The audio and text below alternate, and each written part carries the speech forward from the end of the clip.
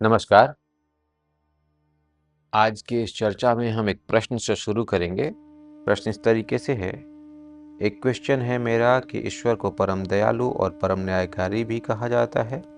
तो मेरा क्वेश्चन यह है कि ईश्वर दयालु है तो फिर न्यायकारी कैसे हुआ, और अगर ईश्वर न्यायकारी है तो फिर दयालु कैसे हुआ? ईश्वर एक ही समय पे दोनों रोल कैसे निभा सकता है? क्या यह पॉसिबल है?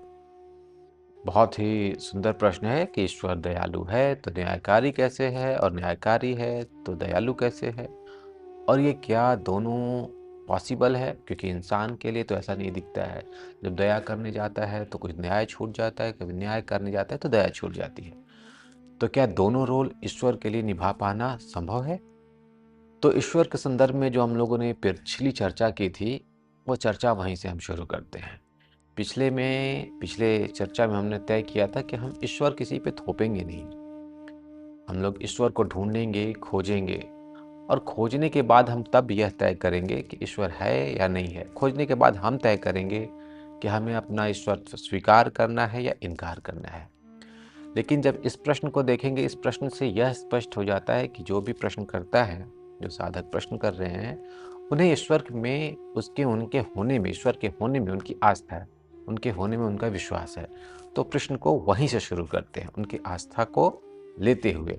क्या ये प्रश्न गलत है कि ऐसे आस्था सीधे से ही बना लिया जाए बिना ढूंढे? नहीं, कोई बिल्कुल गलत नहीं है। ढूंढने के भी तरीके हैं। पहले हमने विश्वास कर लिया कि है, हम ढूंढेंगे, नहीं मिलेगा तो हम स्वीकार करेंगे कि मिला कि नहीं मिला। लेकिन एक आस्था के साथ, हम विश्वास के साथ कि हाँ, ईश्वर है। अब जो ईश्वर है, क्या वो न्यायकारी है कि नहीं, दयालु है कि नहीं, हम इस संदर्भ को ढूंढेंगे अब ईश्वर के पक्ष में।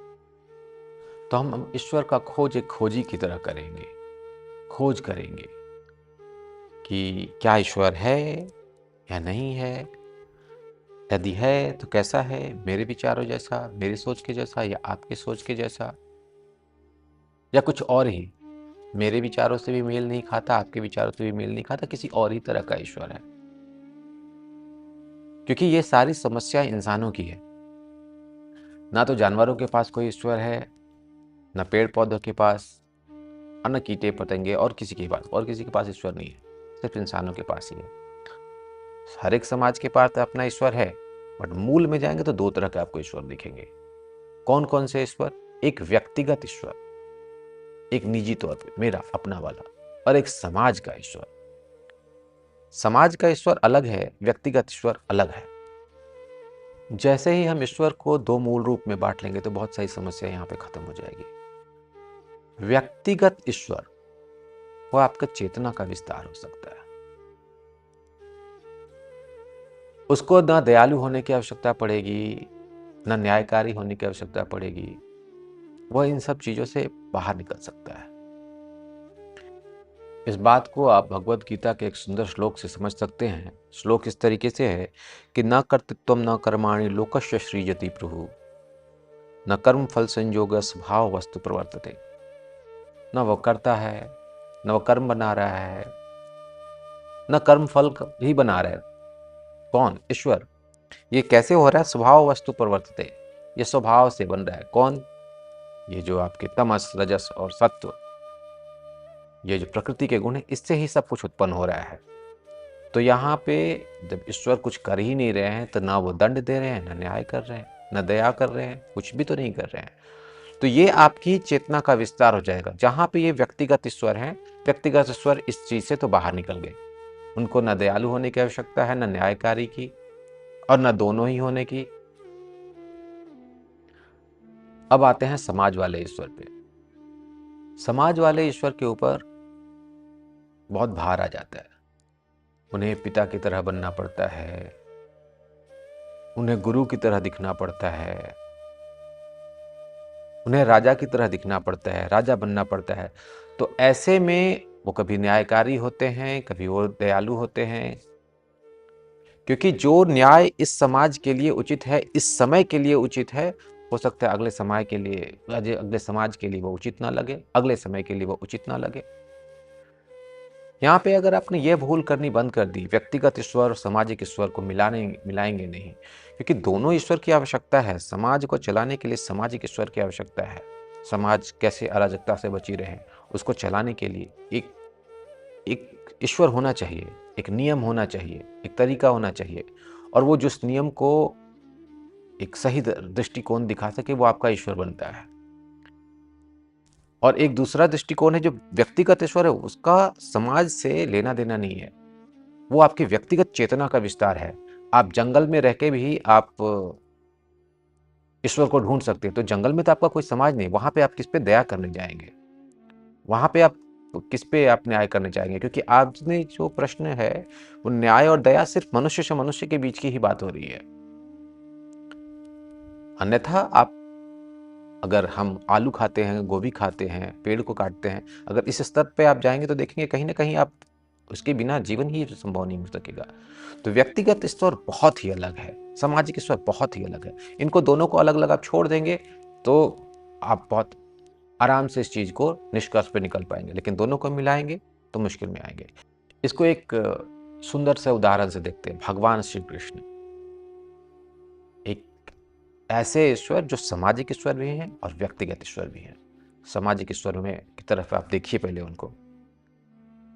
कर्ण का वध, दुर्योधन का वध, पितामह भीष्म का वध, जितने भी वध हो रहे हैं, आपको लगता है कहीं भी आपको उचित जान पड़ता है? कहीं न्याय दिखता है, दया दिखती है? चलिए ये सब तो चलिए विपक्षी थे, दुश्मन खेमे थे। उनका अपना भांजा अभिमन्यु, उनको तो जानकारी थी कि वो मरने वाला है, बट उसी को बचा लेते कम से कम। तो यहाँ पे भी उसे भी नहीं रोका, अर्जुन को लेके चले गए उस दिन के चलो, सब जानते हुए भी, या सब जानते हुए वो युद्ध को खुद से खत्म कर दिए होते। चार जो बदमाश थे उनको मार दिया होता तो न्याय हो जाती, जो बाकी लोग सही थे उन पर दया कर देते। लेकिन ऐसा नहीं है। जब व्यक्तिगत ईश्वर नहीं होता है, जब सामाजिक ईश्वर होता है, तो सामाजिक ईश्वर का अलग काम होता है। सामाजिक ईश्वर का काम होता है नियम को चलाना। नियम यहाँ पे एक व्यक्ति से ऊपर चला जाता है। नियम बहुत जरूरी है। इसका एक सुंदर सा श्लोक आप गीता से ही ले लीजिए। कृष्ण क्या कहते हैं गीता में, भगवद गीता में, कि यदा यदा ही धर्मस्य ग्लानिर्भवति भारत अभ्युत्थानम धर्मस्य तदात्मानं सृजाम्यहम्। जब जब धर्म की हानि होगी तब तब मैं जन्म लूंगा और उसको ठीक करूंगा। यहाँ पे धर्म क्या है? यहाँ पे न्याय और अन्याय की बात नहीं है। यहाँ पे धर्म क्या है? जो नियति, अगर आप महाभारत की स्थिति में देखेंगे, अगर वो उस तरीके से नहीं होता तो बहुत सारी सृष्टि खत्म हो जाती। आप अत्याचार बढ़ जाएगा तो अब समाज टूट जाएगा। तो यहाँ पे सामाजिक ईश्वर के रूप में यहाँ पे कृष्ण आते हैं, और सामाजिक ईश्वर के रूप में जो जो काम करना है वो सामाजिक ईश्वर की तरह काम कर रहे हैं। यहाँ पे सामाजिक ईश्वर की बात हो रही है। अब एक दूसरा उदाहरण भगवत गीता ही से लेते हैं, जहाँ पे भगवान श्री कृष्ण व्यक्तिगत ईश्वर के रूप में कैसे बात करते हैं वो देखते हैं। तो आगे क्या कहते हैं? कर्मण्येवाधिकारस्य मा फलेषु कदाचन। कर्म में अधिकार रखो, फल की चिंता मत करो। फल कैसा आएगा पता नहीं है, आपके हाथ में ये एक्शन आ गया, ये एक्शन करो, फल छोड़ दो। यहां पे अब चेतना स्तर की बात हो रही है। तो यहां पे अगर आप, कृष्ण तो सामाजिक ईश्वर भी हैं और व्यक्तिगत ईश्वर, दोनों के रूप में आपको एक ईश्वर मिल रहे हैं। तो सामाजिक ईश्वर और व्यक्तिगत ईश्वर दोनों को मिक्स करने की कोशिश कीजिएगा, तब आपको दिक्कत आएगी। जहां पे कृष्ण सामाजिक ईश्वर के रूप में आपको दिख रहे हैं, वहां पे आपको एक पक्ष को दिख सकता है कि कृष्ण ने ठीक किया, दूसरा पक्ष तुरंत कहेगा कि नहीं ये ठीक नहीं है, भीष्म पितामह का वध ठीक नहीं था, दुर्योधन का वध उस तरीके से ठीक नहीं था, नियम के विरुद्ध था, गुरु द्रोणाचार्य उनका वध ठीक नहीं था, कर्ण का वध ठीक नहीं था। बहुत सारी ऐसी स्थितियां दिखेंगी जो कि ठीक नहीं था दिखेगा, बट वहां पर सामाजिक ईश्वर समाज को उद्धरण के लिए, समाज को ठीक करने के लिए, धर्म के लिए, न्याय के लिए, वहां पे हो सकता है दयालुता छोड़ के न्याय को ज्यादा पकड़ेंगे। लेकिन बहुत बार दया भी तो की है। अब बहुत द्रौपदी के ऊपर उन्होंने दया की है, और भी बहुत सारे कहानियां मिलेंगी महाभारत में आपको जहां पे उन्होंने दया भी दिखाई है। तो दयालु भी बनेंगे, न्यायकारी भी बनेंगे, दोनों बनेंगे, बट कौन? सामाजिक ईश्वर। व्यक्तिगत ईश्वर इस तरह से नहीं। व्यक्तिगत ईश्वर तो अलग बातें करेंगे, वो चेतना के स्तर पे बातें करेंगे कि आप उठो, उठते उठते उठते उठते कहाँ पे जाओगे। इसीलिए आप अगर द्वैत में देखोगे, अद्वैत में तो आप और ईश्वर के बीच में कोई अंतर ही नहीं है। आप ही धीरे धीरे धीरे धीरे ईश्वरत्व को प्राप्त करते हो। तो प्रश्न यह नहीं है कि ईश्वर दयालु है या न्यायकारी है या दोनों है या दोनों नहीं है।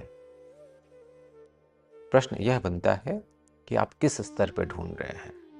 सामाजिक स्तर के ईश्वर के ऊपर जिम्मेदारियां रहेंगी, वो दयालु, न्यायकारी, समय और समाज के हिसाब से बदलेगा। लेकिन व्यक्तिगत ईश्वर पे यह द्वैत टूट जाता है, गिर जाता है। वह सिर्फ आप ही के चेतना का विस्तार है।